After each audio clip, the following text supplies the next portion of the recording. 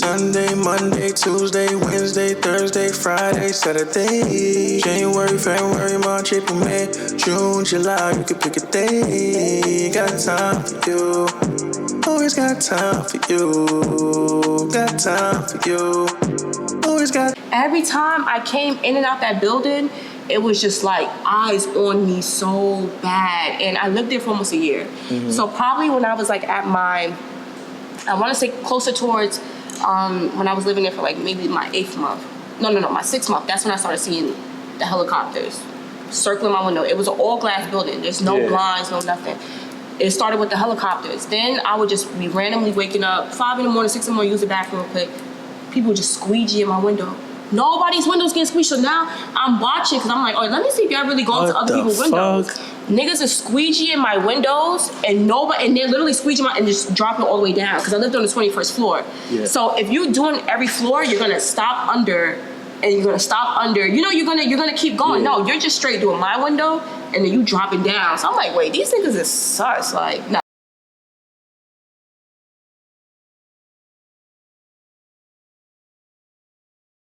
Yo.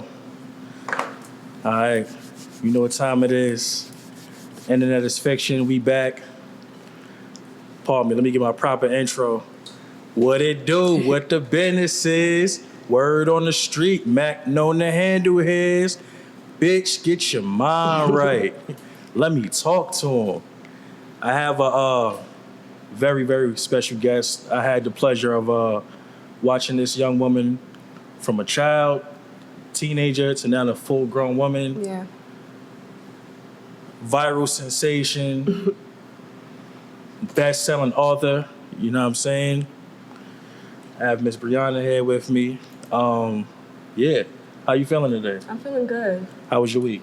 It was good. My week was good. I just did a couple of things for my daughter. That's what's up. And then I just lined up some events that I got coming up to talk about my book. So it's been a little busy. Like, it's a busy week, but like, it's a good week, so. That's what's up. That's what's up. Busy is good. Mm-hmm. Talk to me about motherhood real quick, if you can. How is it being a new mother? I feel like it's rewarding, but it's hard at the same time because it's like you're raising a little person and you want to make sure that you're raising them to be a good person. Like, and I want to make sure that when my daughter goes into the world, like, she's equipped with everything that she needs to know. But it's hard, especially like, you know, me being a single mom. And then I also feel like, you know, because she goes back and forth between, you know, her dad and me, I'm doing things maybe one way, and then she goes over there, and then he does things a different way. So I feel like it's confusing for her sometimes because, like, I'm big on, like, not trying to give her a lot of snacks and trying to eat a little more healthier. Then she goes over with daddy, and it's like ice cream and, you know, everything like that. Yeah. So it just be, like, little stuff like that. It's just, like, it makes it a little difficult because it's like you got to raise them the right way. So that's a fact. Co-parenting can be a challenge, for sure. I'm a co-parent. I get it. Yeah, it's definitely a challenge when you're raising the kid one way, then the other parent is doing something else. But I mean, in the middle, everything should be all good. Yeah, and then potty training her right now. Oh my God! How did she? She just turned 3 in January. Potty training her has been a nightmare. Like she don't ever want to go to the bathroom. Like, go to the bathroom. No, I don't want to go to the bathroom. I'm scared. I said, scared of what? It's a toilet. Like, you have to use the toilet. She's like, no, mommy, I don't need to. Yes, you do. Like, she's very bossy. 3 going on 30. She's very, very bossy. She thinks she's my mother. It's crazy. That's what's up. It's crazy. That's what's up. Dope. So we have here your book, Pressure Makes Diamonds. Want to tell us about that a little bit? Like, what made you say, I want to write a book? Let me tell my story, and so everyone could read this book. You know what it is? Like, over the years, I feel like I manifested this book because I remember sometimes, like, just so much stuff used to be happening to me, and I used to be like, is Ashton Kutcher going to jump out? Like, is this punk? Like, I'm like, why does this keep happening to me? Like, I don't do nothing to nobody. I tried to be a good person. I was raised to be a certain way. I tried to maneuver the right way, and it seemed like no matter what I did, something was just always happening to me. And I'm like, I can feel that. Yeah, and I'm like, what's going on? So then I used to just always say, you know what, I'm going to write a book about this. Like, I'm going to write a book about this. I've been saying it for years. But then it's like, I was just so in tune with the fast life and just like always on the go that I never really had a chance to like sit down and actually put my mind to it and put the pen to paper. And then it's like when I went away, it's nothing but time. So it's like I started writing this book I think I started writing this book a week after being there. And I wrote this all down composition notebooks. Like I had so many notebooks, and I would go back and change stuff or write this. And then when I came home, I had to retype the whole thing on my computer, and then I was still changing stuff. Yeah. Got it. So when you said when I was there, for the people who don't know what you're referring to, let them know exactly what is going on in this book, and where were you when you started to write this book? So when I wrote this book, I was in federal prison camp in Alderson, West Virginia. It wasn't, I won't say it was a traumatic experience. I feel like it was something that I needed to happen to me because I was so stuck in my ways and I wanted to change. But, change is scary. When you don't know, like, what's going to happen outside of your normal routine, it makes you kind of feel, like, insecure, like, damn, I don't really feel comfortable with that, And I feel like if that had never had happened to me, I would have never made the necessary changes that I needed to in my life. So it was a blessing and a curse at the same time because nobody wants to be away from their family. Yeah. I just had my daughter. I didn't want to leave her, but it's like I'm just happy that she was so young and it just as a mother, tell me what's going through your mind and your body, knowing okay, I have to do this time. Brand new baby, like what's your feelings? It was just a lot of hurt for my daughter, but I just have to say I'm blessed because I originally was supposed to be sentenced March 3rd, 2020, and the country shut down because of COVID. So that gave me an additional year and a half where they didn't have my case on the docket. So when that happened, my daughter was probably only a month and a half. So it's like if I would have never got that blessing where the country shut down, she would have never known me. She would have never made that connection with me as her mother, Wow. Yeah, so I'm thankful that I did have that extra time with her. And when I went away, it's like we were so bonded that it's like, she still knows who I am. It was times where my daughter's father was saying, she'll just be screaming, mommy, mommy. And my grandmother told me that she used to just be crying for me, mommy, mommy. And that used to really just, break me. Damn, I really did this to you. You didn't ask to be here. This is the life I brought you into. I understand. Yeah. I understand. In your book, in your early life, you spoke about being home alone a lot. Yeah. Tell me how that affected your life as an adult. I feel like being home alone a lot, it made me antisocial in some ways. I'm naturally kind of introverted, but I do have my times where, I do want to be social, I do want to be outside, but it's always just being in the house, I just got so comfortable just being alone. So I feel like that traveled into adulthood where I have friends, but I don't have that many friends, And then the friends that I do have, I feel like I see them far and few. And I feel like I don't talk to them as often as I should. Only because another thing was when I was home alone, half the time there was no phone. So it's I got used to not calling nobody or texting so you nobody. home alone, no phone? No phone, just TV. No internet at this time? We had internet, but sometimes okay, let's just say if you don't pay the bill for when we lived in Georgia for Comcast, so the phone would be off. But maybe I could still, they won't cut the internet off that fast, but maybe the internet would still work. So it'd be little shit like that. So I just had no phone. And then when I did get a cell phone, I had a prepaid phone because my grandmother was working for Verizon. And I never forget this.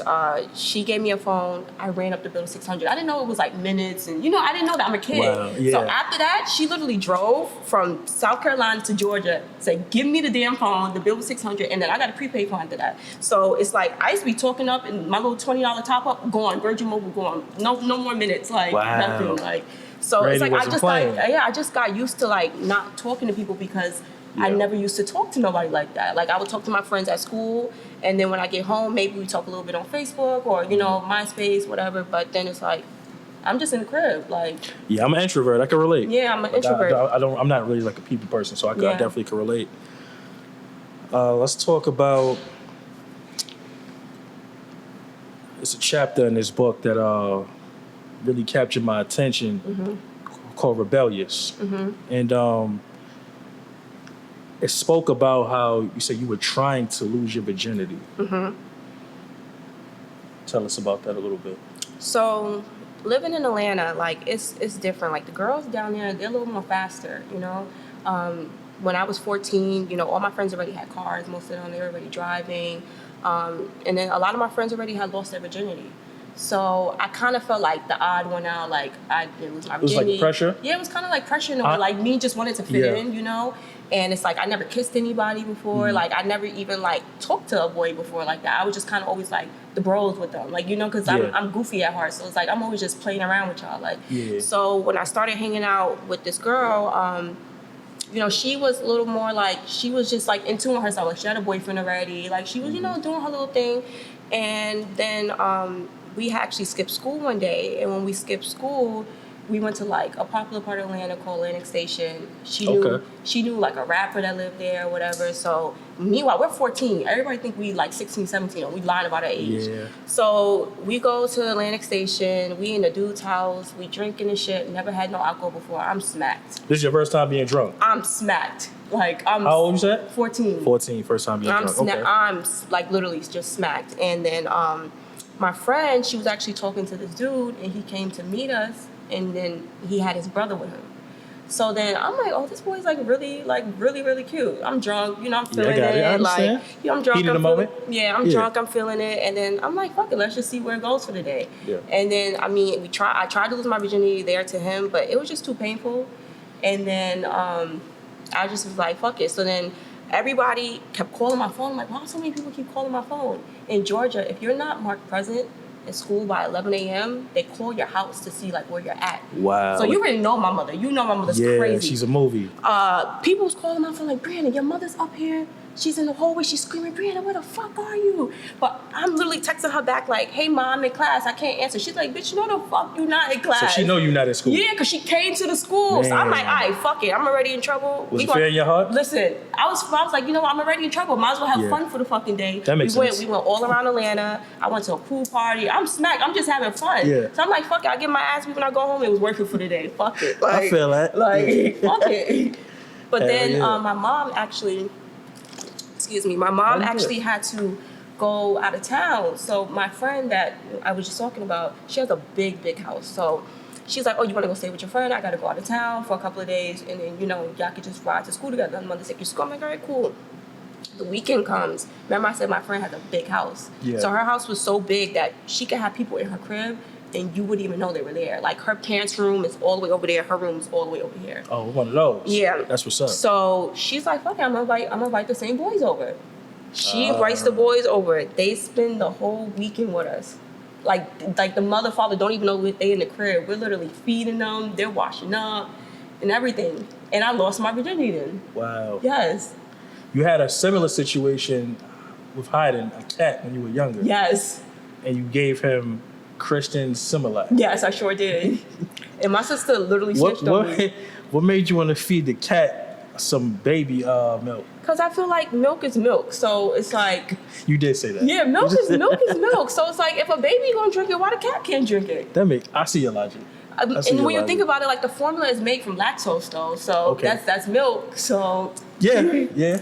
Listen, it fed him for a few days. That's what's it was fine. It fed him. Yeah, I was laughing when I seen that. Your grandfather was in the Marines. Your father was in the Air Force.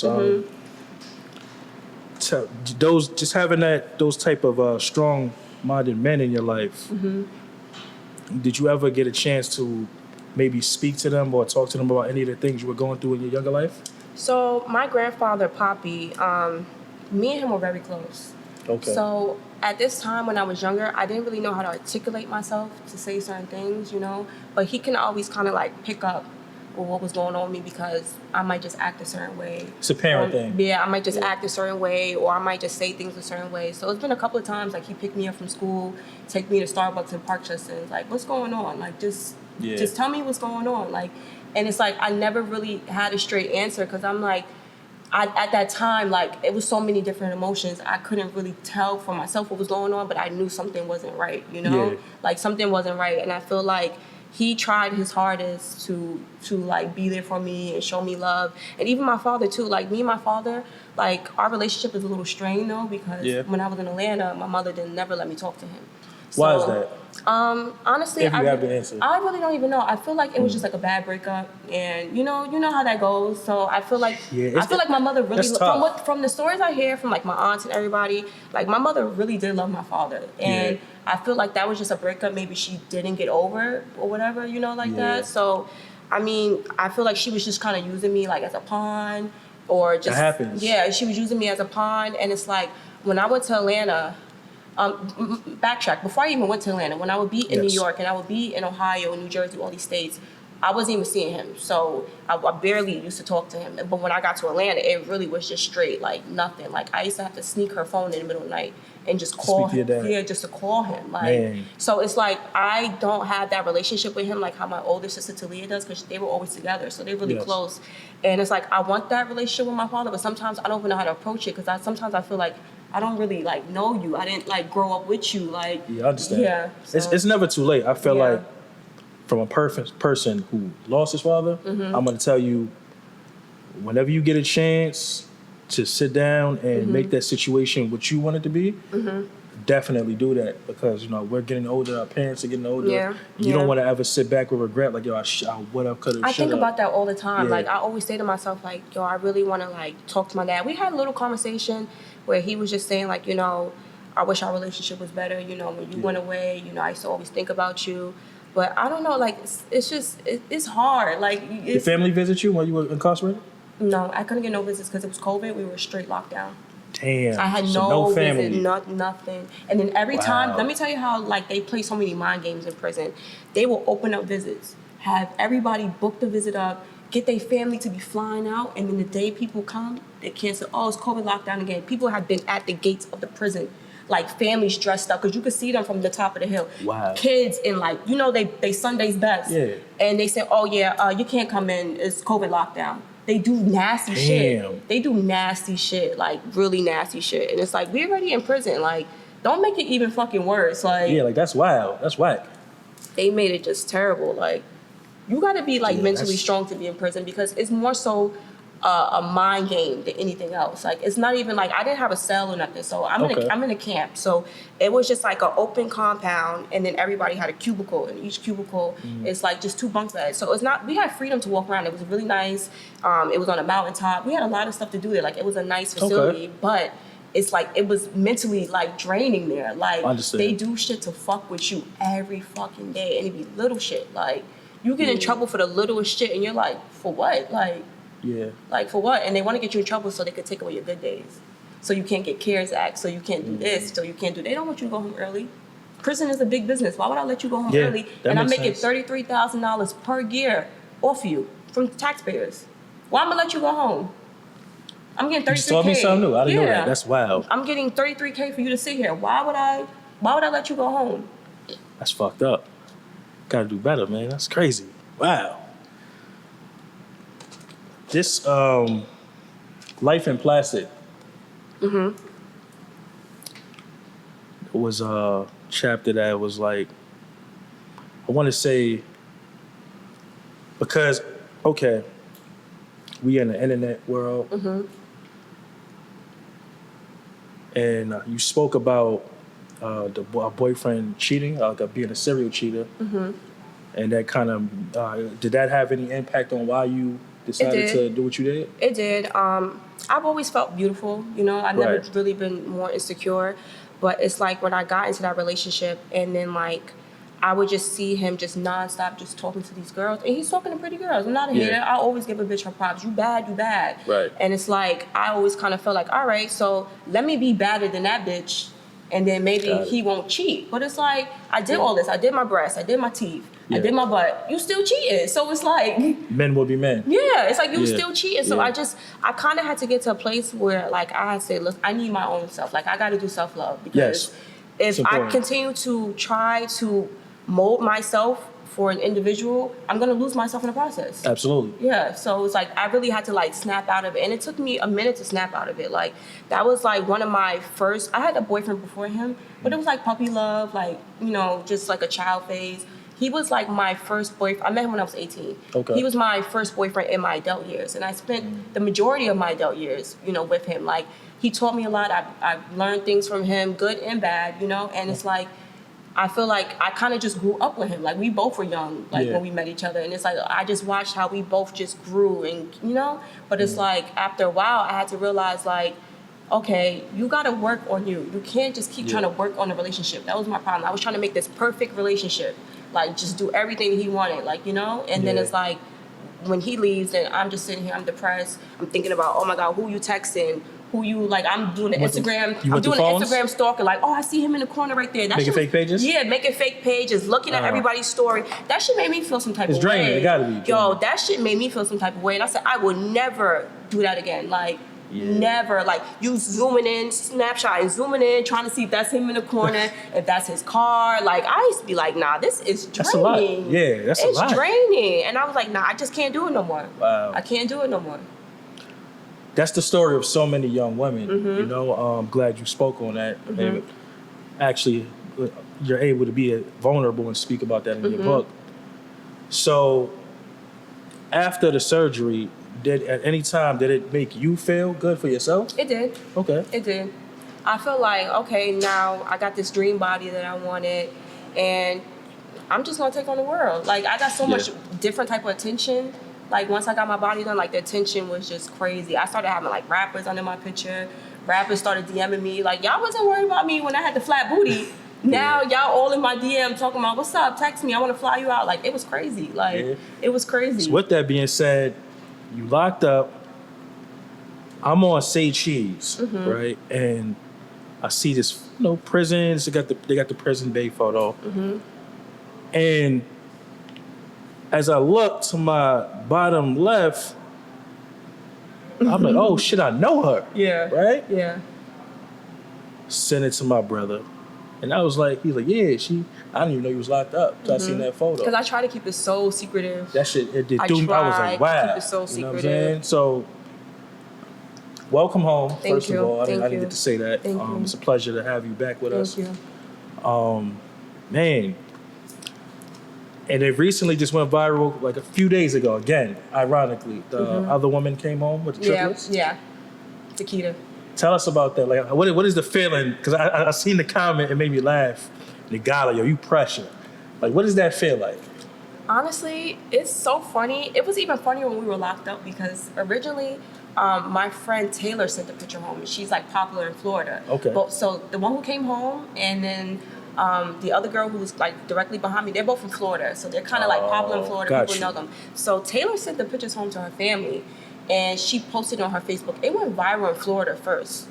Wow, Yeah, okay. it went viral in Florida, and it was so crazy. We would be on the phone with her family, and they would just be reading the comment sections, and we just, you know, because that's our entertainment. I get it, for the day. yeah, that Like, makes, yeah. Yo, so we used to okay. be in there just dying, laughing, then people started like snapshotting the Twitter shit they was putting up and like sending it in. So it was like a little like joke for us. And then I'll never forget, I got on my email. This is probably like 3 months later after she originally sent the pictures home. I got on my email, man, people writing me like, yo, why the fuck you going viral, bitch? Like, I'm like, huh? They're like, yo, you're on Twitter, you're on here, you're on everywhere. I'm like, crazy. you're lying. And then they was reading the shit they were saying. I'm like, yo, the internet is crazy. It is. The internet is crazy. Somebody It said is. that they said the two craziest shits they said was, one person said, I was locked up for killing my husband. If I was violent and I was a killer, I wouldn't be at a camp. Don't Right. be fucking stupid. And then the second one, they said, oh no, she's locked up because she was in 7-Eleven at the gas station and stabbed a girl. What are y'all talking about? Like, The rumors are crazy. like, what are y'all? You could literally Google my name because people Google me all the time, and you'll Right. see my charges. Like, that's another weird thing. Like, when somebody knows your name, they will Google the shit out of you. Like, I had people really Googling me. I'm like, why are you doing that? Like, People that you know? Or no, didn't like know? it'll be like random like fake pages, like this. I'm like, how do you even know my first and last name? Like, Yeah, what's that's wrong with you? strange. That's Like, weird. It's that's a lot of weirdo shit. weirdos, man. Internet is just weird. Internet like, is it's fiction. It's a lot of weirdos. weird. And yeah, wow. But it was crazy. Like, but I feel like it was a blessing in disguise because it really gave me the courage to like come forward and like actually Yes. tell my story. And I feel like a lot of people can benefit from what I'm saying because you need to shed light on childhood trauma. Childhood trauma is what brings Absolutely. us to the adults we are. Like our whole makeup and just how we do things, how we talk is, you know, from when we was kids. We learned a lot You of ever stuff when we consider was therapy? kids. Honestly, I feel like God is my therapist.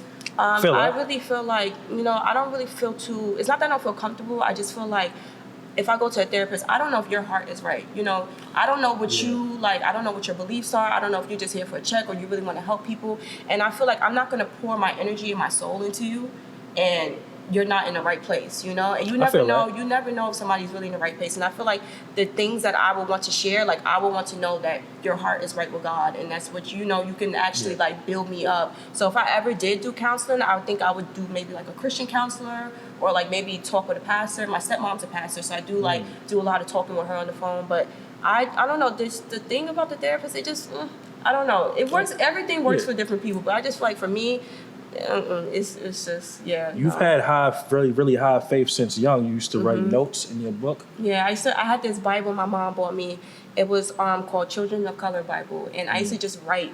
I still have that Bible to this day. Like I used to just write anything in there that I was feeling, anything I was going through, whether I was happy or sad, or if I was praying for people. Like literally, you can't even read the Bible because every page has something on it. Like, but that was just kind of like my diary, like my close connection with God. That was like my little like way of texting him or like emailing him or something. Like, and every prayer or anything that I wrote in that Bible came to pass, like came true. Like that Bible's powerful. Anything I write in that Bible is gonna happen. So the Bible is like manifesting. Yes, anything I write in that Bible is going to happen. It might not happen right now, it might not happen, but it's gonna happen. Like I've never read the Bible in my life. So I wrote this book for anybody who's just struggling to be, anybody that just needs to find out like what their place is in life. Like I want you to really love who you are and know who you are. Don't be somebody that somebody else wants you to be. You need to be who you want to be. And this book right here, you just go through so many emotions of me knowing who I am, but then like the world is backing me down, telling me who I am, and I just have to keep like fighting against the negative force that's actually telling me what I should be, and that's not what you should be. So just follow your intuition, follow your gut, and just know that pressure can make diamonds. Literally anybody can be a diamond. Everybody's a diamond in this life. Definitely feel you on that spirituality and therapy and whatnot. What's your current relationship like with your mom? We're rebuilding. Okay. I feel like I had a lot of like built-in like anger towards her a little bit in a way, and I feel like I gotta just like release that.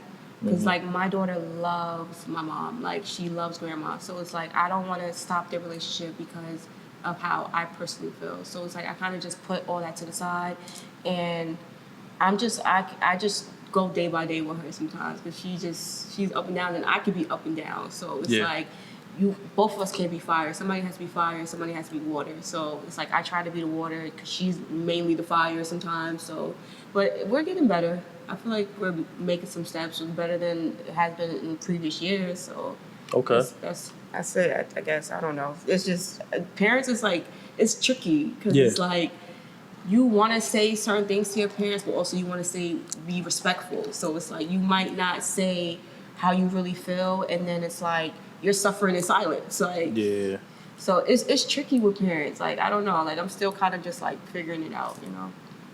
Yeah, you sit down, have an adult conversation. You are an adult, so you know. But I feel like in the parents' eyes, we'll always be a kid to them. It don't matter if we're 50 years old. We're still a kid. Like we're still a kid. We're still not one of your little friends. None of that. Like that's one of the main lines in my household. I'm not one of your little friends. I'm not one of your little friends. Like, nigga, don't play with me. I'm not one of your little. I heard that my mother whole would life. tell me quick, I would knock you out. Yeah. One time I had told my moms, I'm like, I'm not scared. She said, you don't have to be scared to get your ass whooped. Facts. That's crazy. She's like, you don't got to be scared to get your ass whooped. That's crazy. That's something my mother my mom's was definitely a gangster. I get it. Yeah. Black mothers in black households, it get treacherous. Yeah, it does. It gets crazy. And Miss Jewel is a movie. Yes. So she is. Listen. Bad Girls Club. Mm-hmm. Where were you mentally in your life when all of this is occurring? This is a different period of time in your life. Yeah. So Bad Girls Club is kind of like right fresh out of high school. My grandfather had just died, so I was just kind of like just going through the motions, like, because that was like my number one person in my life. Not to say nobody else did nothing, but he was like that one that I always wanted to make proud, always looked to for advice, like always looked to for everything. So when he died, it just kind of felt like I kind of like just gave up. I just like, I don't have nobody to impress no more. Because my grandfather was super smart. Like as soon as you came in the house, he'll be like, break out the encyclopedia. What do you do?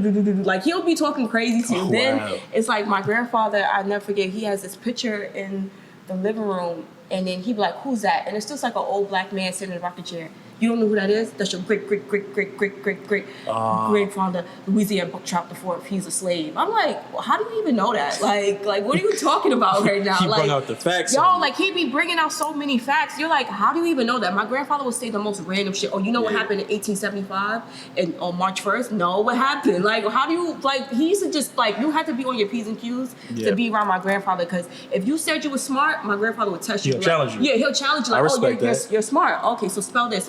The word be this long. He actually, and he knows how to spell it. Like he used to, like, honestly, from what I learned from my family about him, like he spent a lot of his time like just reading and writing and always just like looking for more that ways inspirations to learn. for your book? Yeah. He spent a lot of time reading and writing.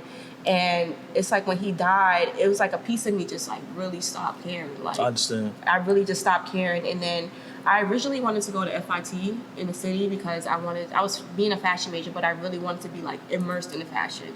But then it's like when he died, I'm like, you know what? I don't want to be home anymore. I don't want to be in the Bronx. Like I want to go upstate. I wanted to just get away. So I went upstate to Herkimer. It's probably like 45 minutes from Albany over there. And that school was like an eye-opener for me because my family was always really strict with me because of my pregnancy. So they didn't really allow me to do too much. So it's so I was kind of like on a tight leash. I would go to school, I would go to work, and I'm back in the crib. And then when I did get to go out, it's because I'm sneaking around, I'm lying and saying I'm at my sister's house. Meanwhile, I'm somewhere completely fucking different. So it's like when I got upstate, I got freedom that I never had. And I bugged the fuck out. Like, I was up there wild. I'm not even gonna lie. It's because it's like, you put me in a space where I couldn't do nothing. Now I got the freedom to do something. Now I'm just bugging. And it's like, before, it's like I was only in the Bronx, so I really only knew Bronx people. Gotcha. And at my school, it was like Brooklyn people, it's Queens people, it's people from Staten Island, it's people from all over. So it's like, I'm getting like a different feel. And then that's how I first found out about scammers, because I'm seeing all these, be like 18, this nigga's pulling up to the school, S550s, all types of crazy shit. I'm like, how the fuck you got that? Like, bitches got Louis this, Louis that. Like, I was working a job. It took me like 6 paychecks to get some Louis. So it's like, I see you and you got Louis on every day. What the fuck you doing? So that's when I started like, wait, what's going on? Like, what y'all up here doing? Yeah, when did you get introduced to that lifestyle? So I found out about it being at that's the school I went to, Herkimer. Okay. And then I got introduced to it when I came back from the city when school was over. So I had met somebody from Brooklyn. He was basically like, oh yeah, I'm trying to go out of town, I'm trying to make some money. I'm so thirsty to go scam, I'm gassing the nigga up. Like, I know what the fuck I'm doing. Like, I do this, I do that. Yeah, I got you, we out. Oh, we get to DC, I never did this before. So now, he giving me all the shit to go on the spot. He like, yo, do this. I said, how do you do that? He said, yo, you said you know how to do it. I said, listen, I was just joking. Just tell me, like. Put you on the spot. Yeah, like he put me on the spot. But it's like, I'm a quick learner. So it's like, after the first spot, I got like a little feel of it. Then we got to the second spot. I'm like still figuring out. But by the third spot, I was like, oh, it's lit. Like, fuck it, we gonna get this money. And it was like, from there, it was just like, I kind of just got so like big-headed with like, damn, you can make this much money in fucking a minute? Like, so 2 minutes? A 9-to-5 worker, right? Who don't know nothing about nothing. What is that life like? That life is like, it's freedom. It's like, but it's scary at the same time. Because it's like, I had the ability to do whatever I wanted, to go wherever I wanted, to be anybody that I wanted. But then you always live with that, like, damn, what if I get caught today? Damn, I got 50 fucking pieces on me. I got 2 eyes on me. I got a check on me. Like, what the fuck if I get pulled over right now? Like, I done got pulled over in Jersey so many times, and I got like 10 IDs literally on the side of my car. And I'm like, damn, I'm wilding right now. Like, I'm really wilding. Like, I'm in school. I was still going to school. Well, I'm going too fast, but yeah. I was going to school. I never forget when I was going to school in Jersey. Like, I'm literally opening my textbook, a fucking peaceful. I'm like, damn, I hope nobody see that real quick. Like, damn. Yeah, it was just like, yeah, it was crazy. It was crazy. About how old are you around this time when you started to scam? So when I started to scam, I was 18. Okay. Yeah, so I was scamming from when I was 18 till I was 25. Wow. Yeah, like. So you got some time in the game. Yeah, 18 to 25. Wow. Yeah. And honestly, if I would never got locked up, I probably would have still been doing it. I understand. Probably still would have been doing it right now. You spoke on now after you got your body done, and there's rappers, athletes in your DM telling you ever flew out? No. No? There was people that would come to the city because honestly, I'm so scary. And I also remember I had a boyfriend. So like when I would entertain those conversations, it would be in our periods of us breaking up. So it's like I was just doing it because I was mad. So yeah, I'm gonna write you back because I'm mad at this nigga. But I ain't really about to go nowhere with you, like, because I'm still thinking like, oh, maybe we'll get back together. Maybe we gonna figure it out. So it'll be times rappers will come to New York and it's like, you know, oh, I'm in the city, and I'm like, all right, cool, I'm gonna link you, and then it'll be that. But it wouldn't be like I'm going to your state. It was never that, because even though like me and my man, we broken up, he'll still be like, we'll still be kind of like in contact. So it's like he'll be like, bitch, what the fuck you doing in so-and-so? Like, what? So like, y'all run into each other in spots? We didn't ran into each other, or sometimes I'll be drunk and I'll call him, or like, you know, it just be like, it'd be a lot going on. Like, it'd be a lot. So I get it. Yeah. So it's just, I never flew out because I'm like, damn, if I fly out, then he probably really not going to fuck with me no more. Like, yeah, we take shit to the heart. Nah, but one time when we really officially broke up, and I knew like, okay, this might be for a minute. Yeah. I'll never forget. I flew out to LA. I was probably in LA for like maybe like 4 days, and I was with this dude that I used to talk to. So then he calls me, and he like, yo, where you at?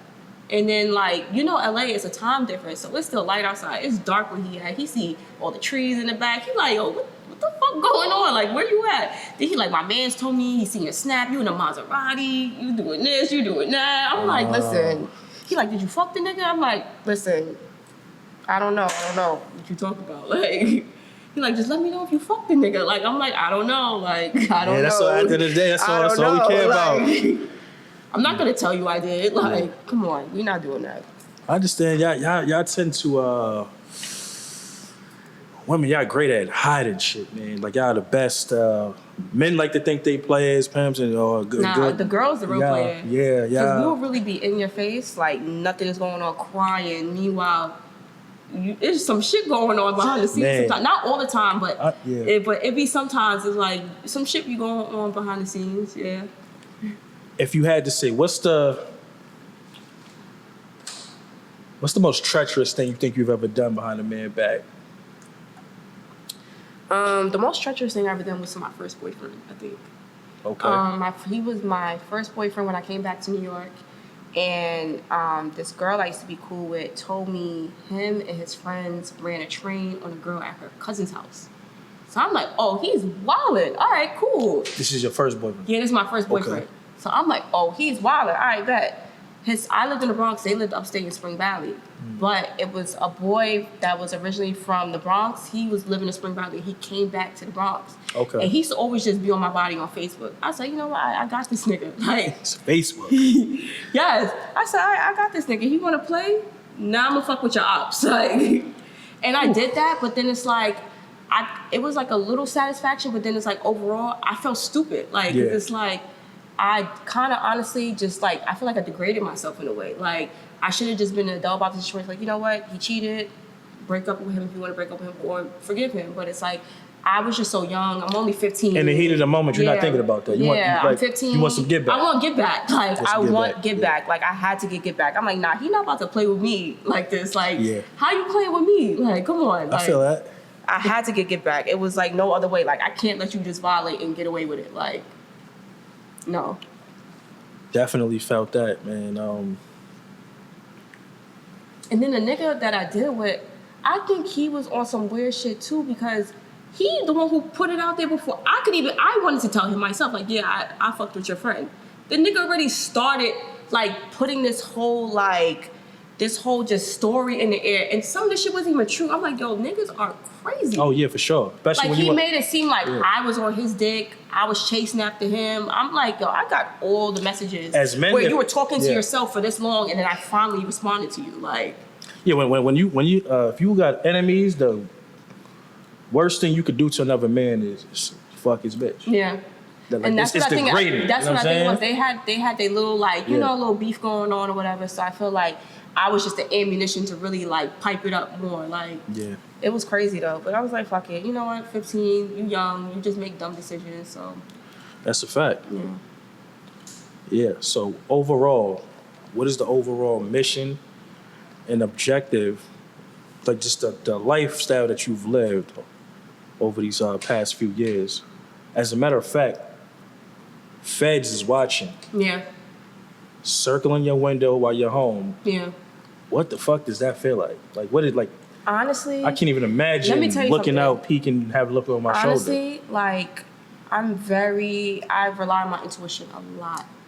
And I know how to read people. I know how to read when a situation is good and when it's bad, you know? And I moved into this building in New Jersey. It was like the top of the top buildings to live in New Jersey. I'm like, fuck it, I'm getting money. I want to live in this building too. Like, y'all got money, I got money too. I move in this building. I'm a young black girl driving a Range Rover. They looking at me funny. Like, I'm coming in the building, and every time I come in the building, I just feel like my doorman, they were just like, always just moving funny with me. And I'm just like, what's that about? Like, because I see how y'all interact with other people, why y'all interacting with me like that. Right. And I'll never forget, this is the first time I realized that maybe they might think something of me. I had a Victoria's Secret credit card, and I went and got a bra. But the bra that I was originally trying to get in store, it wasn't available. So they're like, okay, we'll ship it to your house for free. You know how they do that in store. So I'm like, all right, cool. I'm not thinking nothing of it, but my apartment's in a whole nother name. I'm not even thinking nothing of it. I'm just thinking, oh yeah, I'm shipping the bra to my house. I go pick up the package. Meanwhile, the package is my name. They're like, oh yeah, I said, I got a package for Nina Villa, because that's the apartment I was living in. So they're like, oh, okay, Nina. Oh, it says Briana here. That's your real name, right? Briana? I said, wait, huh? So she knew your name. Off bat. They said, it's Briana, right? I said, don't talk to me like that. I said, would you talk to anybody else here who live like that? Don't talk to me like that. Because I'm black, right? Don't talk to me like that. So once they said that, I was like, nah, these niggas is sus. Like, y'all weird. Like, every time I came in and out that building, it was just like eyes on me so bad. And I lived there for almost a year. Mm-hmm. So probably when I was like at my, I want to say closer towards when I was living there for like maybe my 8th month. No, my 6th month. That's when I started seeing the helicopters circling my window. It was an all glass building. There's no blinds, no nothing. It started with the helicopters. Then I would just be randomly waking up 5 in the morning, 6 in the morning, use the bathroom real quick. People would just squeegee in my window. Nobody's windows getting squeezed. So now I'm watching because I'm like, oh, let me see if y'all really going to other people's windows. Niggas are squeegee in my windows and they're literally squeegeeing and just dropping it all the way down because I lived on the 21st floor. Yeah. So if you're doing every floor, you're gonna stop under and you're gonna stop under. You know, you're gonna keep going. Yeah. No, you're just straight doing my window. And then you drop it down. So I'm like, wait, these niggas is sus. Like, nah, this is sus.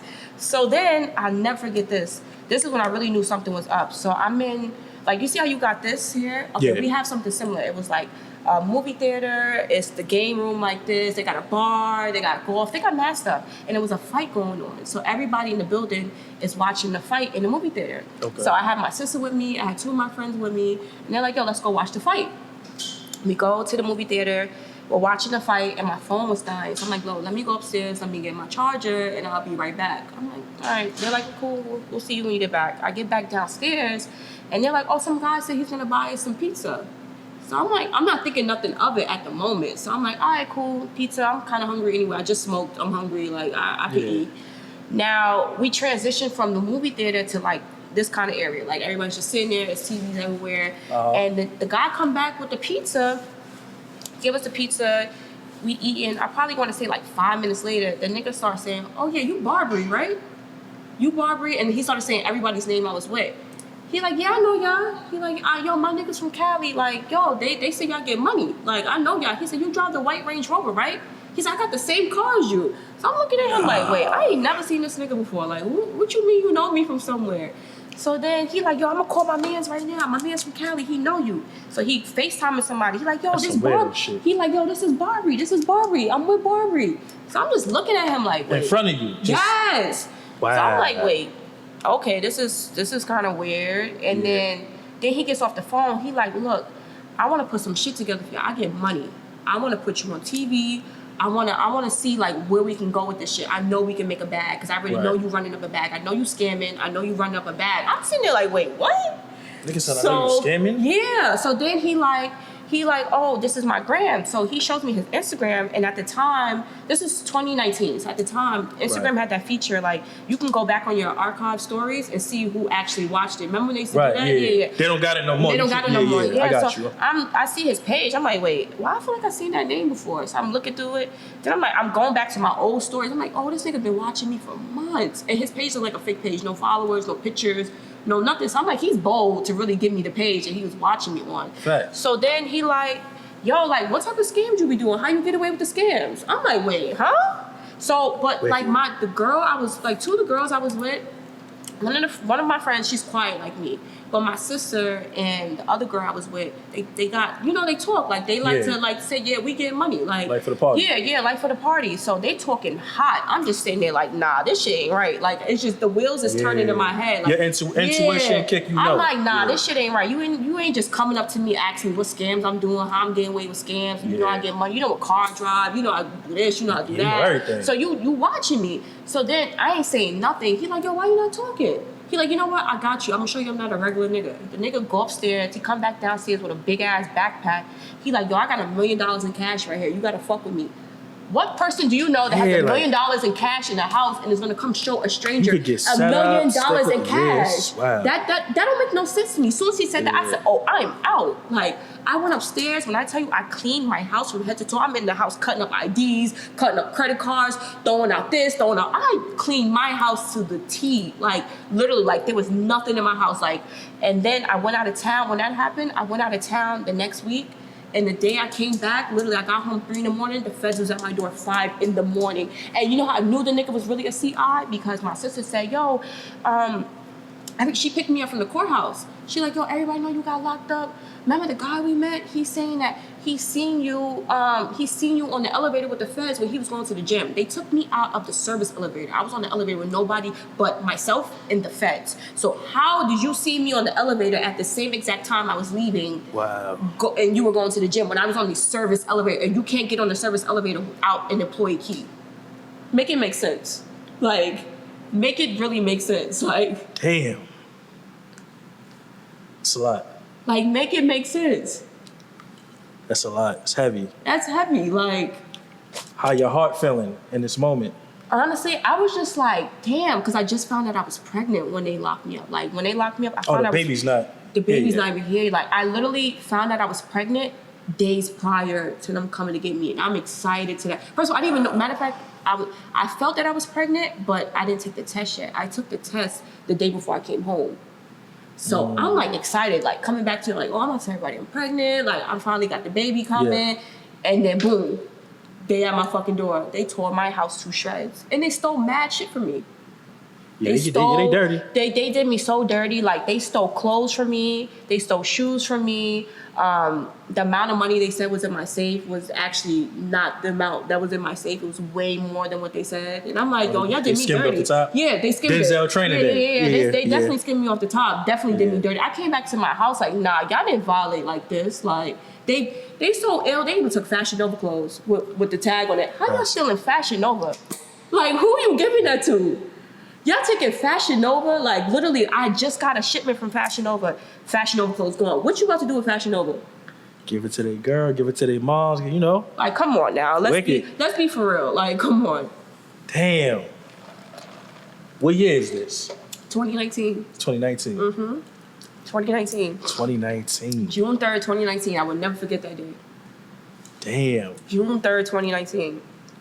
The feds is watching. The feds was watching, but you know what? When I was like sitting in the cell and I was just thinking about it, I'm like, honestly, I knew it had to happen that way, but the amount of shit I got away with over the years, I'm like, you know what? If I gotta take this shit, I just gotta take it. Like, I done so much shit that I'm not even to say like I'm proud of it, but I know the amount of shit I did. So it's like, it finally caught up to me. Like, everything done in the dark comes to the light. Like, 100%. It finally caught up to me, and it was like, fuck it. It is what it is now. Now I gotta face the music, because I was living a lie for so long. Like, living a lie. Like, my family thought I was a makeup artist.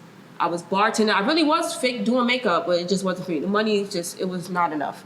And my overhead's too crazy to be doing $50 faces and $75 faces. Like, I can't do it. Like, then I started bartending. But the thing with bartending I didn't like is, like, bartender, essentially, like, you kind of got to, like, you gotta really fuck with mad niggas. Like, and a nigga gotta feel like he gonna be able to fuck you at the end of the night. Like, he not about to come to your bar and blow a bag and then, all right, bye. Like, they don't want that. Yeah, you want something. You want something. Yeah, and it's like, that shit didn't work for me. I got the type of personality, if you say something to me and I feel disrespected, the conversation's not gonna go too, like, good after that. And niggas will come to my bar and say the craziest shit, and I'm like, bro, the singles that you're about to throw at me, I don't even fucking want them. You can go sit somewhere else. Like, because that's just how I was. And it was like, I realized that wasn't for me. Then I tried to start a business, and then, you know, something happened with the business. My inventory, it just disappeared. I don't know how it disappeared. I'm not gonna. So I was doing something where I was selling, like, body chains. And these were, like, luxury body chains. You could put them on with, like, regular clothes, dresses, bikinis, whatever. I did a pop-up shop. Pop-up shop went cool. And then I had my inventory in my trunk from the pop-up shop. Had somebody in my car. I'm not going to accuse anybody of anything, but all my shit mysteriously just disappeared. Damn. So I was just like, all right, whatever. Like, I feel like every time I was trying to do something positive, it kept beating me down. That's why I felt like I stayed scamming, because I'm like, I got too many bills to just not, like, I don't got nobody to fall back on. Like, if I go, my biggest fear was, like, going broke, because I don't have nobody to fall back on. I can't call my father. I can't call my mother. I can't call nobody. Like, I got to pay these bills. I decided to get this apartment. I decided to get this car. I decided to live this expensive lifestyle. So I got to keep up with it. Like, so it just, like, anytime I did something positive, I kind of just went back to the negative, because it's like, reality sinks that the first of the month is always going to come. For sure. The first is always going to come. And if you don't got that money on the first, they want your ass out. Like, I don't got nowhere to go. That's a fact. I don't got nowhere to go. I can't go. No, listen, my father already kicked me out when I was 18. He already, like, I was on the road, you know, I'm literally coming home, and he found out I stopped going to school. He found out I quit my job. So it's like, I'm on the road. I'm leaving for like 4 or 5 days at a time. I'm out of town. I'm lying to him, saying I'm at my sister's house. I'm lying, saying I'm at my grandmother's house. And my dad's not stupid. Yeah. So after a while, he kind of just was like, you got to go waste your life somewhere else. Like, because, like, in my... I had to be painful as a father to have to put your daughter out. Because, but the household that I grew up, I respect it, though, because the household that I grew up in, if you don't go to school, or you don't work, or you're not doing something with your life, you cannot stay there. And that's just how my family is. Like, on my dad's side of the family, everybody has credentials. Like, everybody's doing something, like, top of the top. Like, so it's like, I got a lot to live up to. Even on my mother's side, everybody do something, too. So it's like, everybody's doing something. They want to see you do something. You're not doing something, you got to go. Yeah. And I respect it. It hurt, but I respect it. But it's like, I was able to, like, branch out and really, like, just teach myself stuff that I would have never learned. Because remember, I was in a closed-knit environment. I didn't really see outside. Mm-hmm. Like, y'all had me cooped up in the house. So it's just like, when I go outside, I don't know shit. That's why I feel like with my daughter, I don't want to, like, be too, like, strict on her. I'm going to be strict, of course, but, like, not too strict where she feels like if she goes outside, she's just like a chicken with her head cut off. Like, she don't know nothing going on. You don't know nothing about nothing. You don't know nothing about nothing. Like, I'm green to the streets. I don't know nothing. I had to find out shit. Like, and I found out shit. And then it's like, I found out, but something bad had to happen because I didn't know what I was supposed to do because y'all had me in the house. You understand? Yeah. Not saying there's nothing wrong with that, but it's just like, your kid is eventually going to have to go outside. So it's like, you got to prepare them from the streets. But my family was just so preparing me to be like, you know, a business person, to be like, you know, school orientated, to be like in the real world, which is cool, but you also have to know about street life too. Like, for sure. Because it's like, it's inevitable, like being from the Bronx or just being from any type of street environment. Your parent, once you leave the house, your parents can't protect you from the shit that's out there. They can't at all. Like, what you gonna do? I'm gonna call you and say, Dad, hey, this happened to me. Mom, this happened to me. What they gonna do about it? Imagine you get into a fight with a bitch. You like, I'm about to call my mother. They gonna be like, bitch, what? Like, call your mother. Like, she gonna send you back outside. You gotta get busy, whoop some ass. Nah, I understand. You was on a beach. Traumatic situation occurs. Yeah. You almost drown. Yeah. Man jumps in and saves you. Loses his life. Yeah. How did that affect you? That really affected me. Like, for a minute, I feel like it kind of just like made me take a step back because I'm a kid. I'm taking everything as a joke. I'm not taking life so serious, you know? Like, at that time in my life, I didn't even know where I saw myself in the next 5 years. And it's like, when that happened, it's like, my whole life kind of like flashed before my eyes. Like, damn, I could have just died. Yeah. Like, I really could have just died. And that shit was so scary. Like, and when I came out the water, I was still in shock. Like, that really just, that happened. Like, Man. and somebody died in the course of that happening. Like, Wow. It was scary. And then also what kind of really fucked me up is to know that, like, somebody risked their life for me and then died, and then also, like, his wife is on the beach, his 2 kids is on the beach, and they're literally just standing there like In shock. they're in shock. Like, and when the body is pulled out the water, like I would never forget their faces, like the faces that they had on. And then me, my friend, and her mom and her dad, we went to the hospital with them after, and it's just like we were trying to comfort them, but it's like, what do you say? Yeah, what do you say? And then also I was living with some type of guilt, like, damn, this is really my fault that y'all lost you lost your husband, they lost their father. Like that time, you know, you're a kid. I understand. Yeah, it's like it hurt. Like, Yeah. damn, like if I would have never went to the beach, y'all still would have been fine. Where are you with that today? Honestly, I kind of just accepted it, and I just know that even though it's fucked up, everybody has a purpose in this life. And maybe, like, you know, maybe your purpose was to save 2 girls on the beach. I don't know. I'm not God, but I know that, like, there was some type of purpose behind it. And I really do thank him for jumping in the water, because a lot of people, there were so many people on the beach. You know how long it took for somebody to jump in the water? We're literally like this, screaming. And it took like a second for somebody to jump in. So it's like, you took it out your kindness in your heart to stop your day with your family to jump in the water. You don't even know us, like, and you jumped in the water and really saved us. People were really just like, like the waves was coming. So I'm literally just going up and down, and I'm like screaming. And I see people just standing on the beach like it's nothing. Like, they're standing on the beach, they're drinking, they're having fun. And I'm here screaming for help.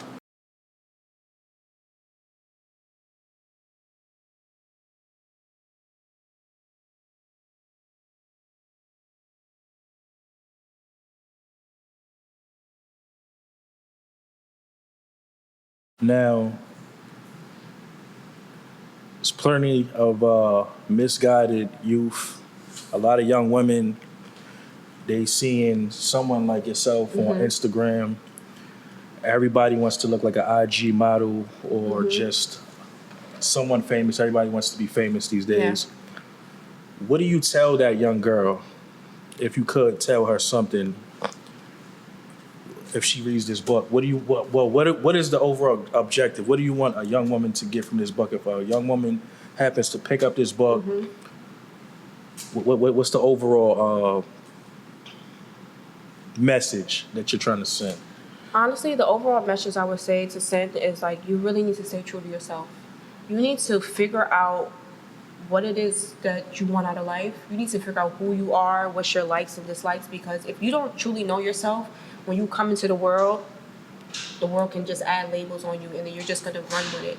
And you're going to think that you got to be this IG model. You're going to think that you have to have this big butt. You're going to think that you have to be like this get money girl, this popular girl. And it's okay to be you. Like, there's nothing wrong with being you. And I feel like I wanted to, like, I always knew who I was, but I feel like I honestly, in a sense, like, I got to this age where I'm seeing all these flashy things, and it's like, I'm like, no, I want that too. There's nothing wrong with wanting that, but it's like, get it the right way. Don't get it at the expense of others, you know? A lot of the stuff that I got over the years was at the expense of somebody else. And I feel like that's what ate away at my conscience. So I would tell anybody who's reading this book, like, the thing I want you to get from it is just be you. Be true to yourself and live for you. Don't live for other people. Like, living for other people will have you in bondage. Like, I was in bondage for so many years, because it was so many years that I wanted to stop trapping. But I'm like, yo, if I stop trapping, people gonna say I fell off. People gonna say I'm broke. People gonna say this. People gonna say that. And it's like, so I just kept doing it, living in bondage about what people thought or what people were gonna say about me. You weren't really free within yourself. Yeah, and the first time I felt free is going to jail, and I'm locked up. That's crazy. Wow. The first time I felt free was going to jail, and I was locked up. Man. That's the first time I felt free. Wow. Yeah. I still feel free now, but it's like I didn't feel free until I was behind bars, which is so crazy to me. That is crazy. That's crazy, right? That's crazy. Because I feel like there, it's like, you don't got nobody to impress. You don't got nobody that you got to, everybody's like, on the same level. Everybody's on the same level. And I feel like there I was able to really relearn myself, really able to sit down and pick at what made me the person that I'm in. And then that's when I realized, okay, childhood situations really do play a part in your adult life. Absolutely. And if you don't heal from that childhood trauma, you're going to be fucked. Yes. You're going to be fucked. And if you have kids, you're going to pass that to your kids. And the kids are going to pass that to the other kids. And it's just going to be never-ending cycle. And honestly, there's so much trauma on both sides of my family. I really said to God, I'm going to be the one who ends it right here. Like, I'm going to end it right here. Like, I'm going to stop the generational curses from keep coming. I'm going to stop everything that's wrong in my family on both sides. I'm stopping it right here. It's not going to keep going. Like, because it can't. Like, this shit is just like a never-ending rat race. Like, and it's not okay for our mental health and just for our health in general. Like, that shit just makes you feel some type of way. And it's like, life is too short to live it unhappy. We're only here for a certain amount of time. Like, God forbid something happens to us when we leave here. We don't know what's going to happen. Right. We don't know what's going to happen. And when I get to the end of my life, I want to know that I did everything the best I could. I made some positive impact, and I want to know I made people happy. I want to know, like, I lived a good life. I don't want to look back and be like, what if? Yeah. And I said to myself the other day, I said, change is really, really scary, but what's scarier is staying the same and living with what ifs. That's scarier. 100%. So always look back on your life like, damn, what if I did this? What if I did that? Or what if I did this? You 6 years old, talking about what if. Like, you, listen. Yeah, you don't want to be, as I said on my page before, you don't want to be a was nigga. You know what I'm saying? I was going to do this. I was going to do that. What if?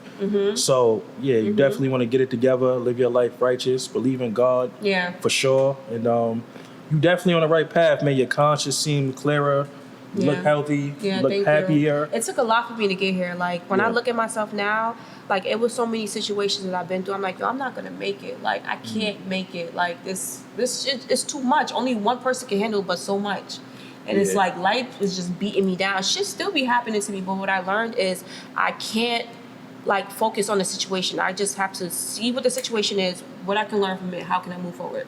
Because when I focus too hard on the situation, I feel like it consumes me. And that's when people get anxiety and depression and all that stuff. And I'm prone to depression. Like, I'm prone to, like, feeling sad, and I'm prone to, like, feeling like I have some type of anxiety. So I know my triggers now. So it's like, I won't focus on it. Like, I'm going to figure out what's going on. How can I solve? If I can't do nothing about it, just let it be. I got to move on. I got to worry about something else. Life is still going. Like, you can't be just so stuck on something that happens to you. Shit is going to happen every fucking day. Yeah, like, you're never not going to have problems. You're never not going to have a problem. Like, nobody's life is perfect. Even the most richest person in the world, their life is still not perfect. They're still miserable about something. Like, for real. Money doesn't solve everything. I feel like I was scamming for so long because I thought, like, money would come and it would solve all, like, the hurt and the pain and everything I had going on. And honestly, it didn't. I just was crying in designer. Like, it was like... Designer says. Yeah, it was just design. I was still crying, but I'm just in designer now. Expensive pain. Yeah, basically. So money don't solve it. You gotta really just be internally happy. You gotta just know you and what you want to do for yourself and how can you move forward. Like, if you have a family, you should just be focused on, like, how can I help my family? Maybe that would make you feel good about yourself. Or, like, just what can I do to help my community? If you got a job, whatever job, how can I help my coworkers? Something. Like, I really realized the things that are intangible, not like money or it's just like those are the things that really actually matter. Those are the things that, like, really make you feel good. That's a fact. Yeah. Because, like, honestly, the materialistic stuff, I didn't got it. And then literally I felt happy for that short period of time. And then 30 minutes later, I'm sad about something. I'm mad about something. I went through that. And that shit don't mean nothing. Like, literally. Like, I didn't went and was like, I remember one day I was feeling, like, fucked up. Like, yo, what is going on? This is, like, right before they locked me up. I went to Bloomingdale's. I just spent $11,000 in Bloomingdale's. I'm feeling happy. Like, oh, I got mad shit. Summertime is coming. I'm about to be outside. Like, it's lit. Like, I'm outside. I got mad shit right now. Get in the car. I'm sad all over again. Man. Driving home back to Jersey from 59th Street, just sad. 45-minute drive. Matter of fact, no, it was 30 minutes to Fort Lee. I'm driving from 59th to Fort Lee, sad. For what? And I thought buying the shit was gonna make me happy. Yeah, we tend to think that materialism and all this other stuff is important. It's really friends, really family, and the relation. Most important, like I said, the relationship with God for real. You know, so like I said, proud of you. This is a big step next to greatness. I see where it's going. I can't wait to continue to see where it's going. Thank you. You got anything else you want to say to the people? Honestly, I just want to say thank you to everybody that has supported me. Like, I didn't expect to receive so much support because I never put myself out there like this. Yeah. And people are really buying my book. People are really writing reviews. People are writing me on Instagram. And it's crazy. Like, I would have never thought, like, I could be this. Like, you know, like, honestly, when you're so in your head, sometimes you, like, I feel like we're our biggest critics. Like, we just talk, and our self-talk be so negative. And I feel like my self-talk was just like dimming my light. I was dimming my own light. So now that I put myself out there the way I did and I'm receiving positive feedback, it's like crazy to me. Like, I'm still like wrapping my head around all this. It's like, this is all new to me. It's crazy though, but I really do like appreciate everybody who actually like tuned in, read my book, bought a book, like wrote a review, wrote me on Instagram. I really do appreciate it because it's it's hard to put yourself out there. It's scary. No, it is, for sure. The internet is tough. The internet is tough. The internet is tough. You gotta have some thick skin. It's like the internet will chew you up. And if you're not strong enough mentally, they'll fuck you up. Oh, like, for sure. They will fuck you up bad. Like, it's people who killed themselves with the internet. Like, literally. Like, you're not strong mentally, facts. don't even come on the internet because they're going to chew you the fuck up. Like, even like now that they reposted me on Say Cheese, people been writing me weird shit. I'm like, bro, like, how do you even like fix your fingers to write somebody some shit? Stranger like that you don't even know. Like, you don't even know me. Like, I feel like that's mental illness. Like, you're sick. Yeah. I don't even think to write some shit to people that they be writing. Like, I don't know. Yeah, man, it's wicked out here. It's a lot of weirdos out here. Yeah.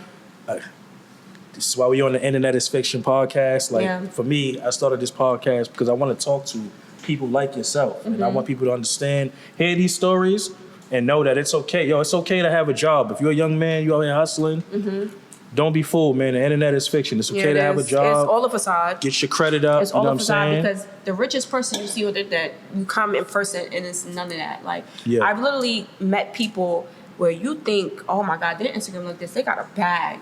I meet you and it's like, yeah, be like that. Literally, Facts. like air mattress, Nissan. I thought you had an S550. I thought you had the Maybach. Like, I literally see some shit and it's like, wait, what? Are you the same person? Like, you can't be the same person. Like, fake it till you make it, you know what I'm saying? You can't be the same person. You see people pages, they in front of lamb trucks, double R's, this, that, and the third. And these niggas is taking Ubers. Like, they wearing their man's jewelry. They wearing, even to the point they wearing fake stuff. Like, or they wear, you know, the good thing everybody does too, they wear in return. That's like the good thing. A basketball player just did that and they was going like, crazy. Honestly, I thought it was smart, for real. People think it's good because it's like, oh, I'm not wearing nothing fake, so, but I'm gonna buy it and return it. Like, so I don't know. To each his own. That's a fact. To each his own. It's just whatever. I said your name wrong in the beginning. I apologize for that. Briana Burford. Briana, not Briana. Sorry about that. Thank you for coming here. Appreciate you blessing the platform. Thank you. I appreciate you giving me the opportunity. Order this book on Amazon. It's on Barnes & Nobles too now. Barnes & Nobles, and Amazon. Get you the paper copy, man. That's nothing like actually sitting there going through the pages. Some photos in here. Yeah. You know, definitely check it out. The ebook is cool, but I feel like books like, I don't know, this technological age, I feel like it really took away from like a lot of stuff. Like, no, we need to I'm an audiobook person. I love it because I be moving around a lot. My attention span, I can't do it. Like, I have so many audiobooks. I need to literally physically fill the book, read the page. Like, I gotta like touch something so I can just like keep into like, okay, you're reading a book. Because when I do audiobooks, like I'll be listening to them and then like I'll just start texting or I'll start like going on Instagram. Then it's like, now I'm not even listening to the book no more. Now it's just like, you know, you tune something out in the back of your ear and it's just like, I'm not even listening no more. Now it's just like, it's just tuned out noise and basically I'm texting. I'm just in my own little world right now. Like, you're natural. I love to have you here again whenever you get some time. I want to come back. I will come back. You're doing well. Like you've been here before. And this is my first time. It's your first. It don't even feel like it. This is my first time. Like you're a seasoned vet. Yo, thank you. Internet is Fiction. Mac Melly, a.k.a. Pardon me, Jamel Malik, a.k.a. Mac Melly. I swear, messed that up. You already know what it is, man. Holla at me.